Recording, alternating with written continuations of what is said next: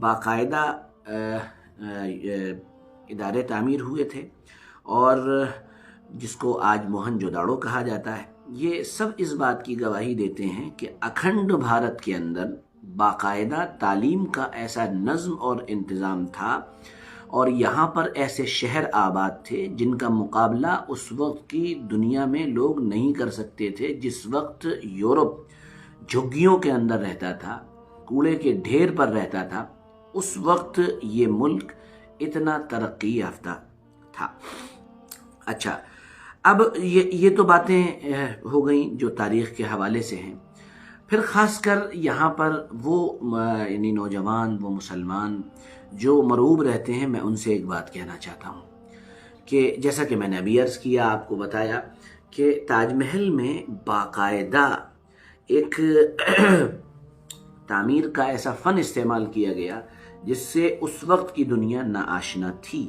دینی اعتبار سے شاہ جہاں نے تاج محل میں جگہ جگہ قرآن پاک کی آیتوں کو کندہ کرایا اور لکھوایا۔ آپ غور کریے گا اور کبھی تاج محل اس نیت سے جائیے گا، ہمارے تو چونکہ پڑوس میں ہیں، ہم تو دسیوں بار جا چکے ہیں اور اس زاویے سے بھی تاج محل کو دیکھا ہے کہ جہاں جہاں تاج محل میں آیتیں لکھوائی گئی ہیں، ان تمام آیتوں کا تعلق آخرت سے ہے۔ یعنی وہ بہترین اور شاندار عمارت بنانے کے باوجود اس میں یہ بات بتانا نہ بھولے کہ دیکھو یہ ساری چیزیں ایک جگہ ہیں، لیکن اللہ کی یاد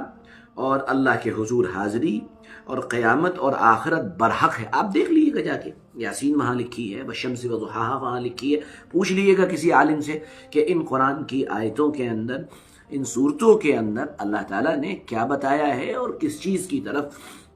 اشارہ کیا ہے۔ اب رہ گیا ہمارے نوجوانوں کا وہ اعتراض جو ان کے ذہن میں ہے اور اکثر آتا رہتا ہے، وہ یہ کہ کالج اور اسکول بنانے چاہیے تھے، یہ انتظامات سب تھے یہاں پر۔ ہم نے غور و فکر کرنے کی بات یہ ہے کہ ہم نے ان بادشاہوں سے ان کے عروج کے دور کی چیزیں لیں یا ان کے زوال کے وقت کی چیزیں ہم نے ان سے لی ہیں؟ معاف کریے گا، ہم نے ان کے عروج کے دور کی چیزیں ان سے نہیں لی ہیں، یہ موقع نہیں ہے۔ میرے ایپیسوڈ تقریباً دسیوں ایپیسوڈ اس سلسلے کے فیس بک پر پڑے ہوئے ہیں، میری اسی آئی ڈی پر پڑے ہوئے ہیں، AMDS میں آؤ مکمل دین سیکھیں، وہاں پر میں نے تاریخی حوالے دیے ہیں اور ابتدا سے لے کر لودھی خاندان تک کی حکومت میں مسلمانوں کا کیا رول رہا، وہ یہاں کس طرح آئے، ان کا یہاں پر کیا کام تھا، اس پر تفصیل سے میں نے وہاں پر روشنی ڈالی ہے۔ ہم نے عروج کے دور کی چیزیں نہیں لیں، ہم نے زوال کے دور کی چیزیں لیں، جب مسلمانوں پر زوال ہو رہا تھا، جب وہ گویا کہ ایک طرح سے اخلاق اور کردار کو کھو چکے تھے، ہم نے اس وقت کی چیزیں ان سے لی ہیں۔ ہم نے تیتر اور بٹیر کا لڑانا لیا ہے، ہم نے آج کے دور میں یعنی اس دور میں تیتر اور بٹیر اور شراب اور کباب اور محفلیں اور شعر و شاعری اور قوالیاں ہوا کرتی تھی، تو آج کے دور میں ہم نے ان لوگوں سے یہی چیزیں لی ہیں۔ آج کے دور میں اس کے مقابلے میں واٹس ایپ لیا ہے، فیس بک لیا ہے اور طرح طرح کی سوشل میڈیا سائٹس ہمارے یہاں آ گئیں جس پہ ہم اپنا وقت برباد کرتے ہیں۔ ان کے عروج کی چیزوں کو لینا ہم بھول گئے۔ اور یاد رکھیے گا، کسی بھی قوم میں عروج بھی آتا ہے اور زوال بھی آتا ہے، اور یاد رکھیے گا اگر آپ اس قوم سے اس کے زوال کی چیزیں لیں گے تو آپ یعنی ایک ایسی راہ پہ چلے جائیں گے جہاں سے آپ کی واپسی ممکن نہیں، اور اگر آپ ان سے عروج کی چیزیں لیں گے تو بھئی یاد رکھیے گا ترقی آپ کے لیے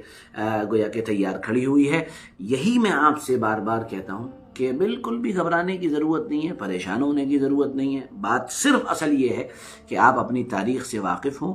اور اپنے ملک کی تاریخ سے واقف ہوں، اس اکھنڈ بھارت کی تاریخ سے واقف ہوں، تب آپ کو پتہ چلے گا کہ ہمارا ملک کتنا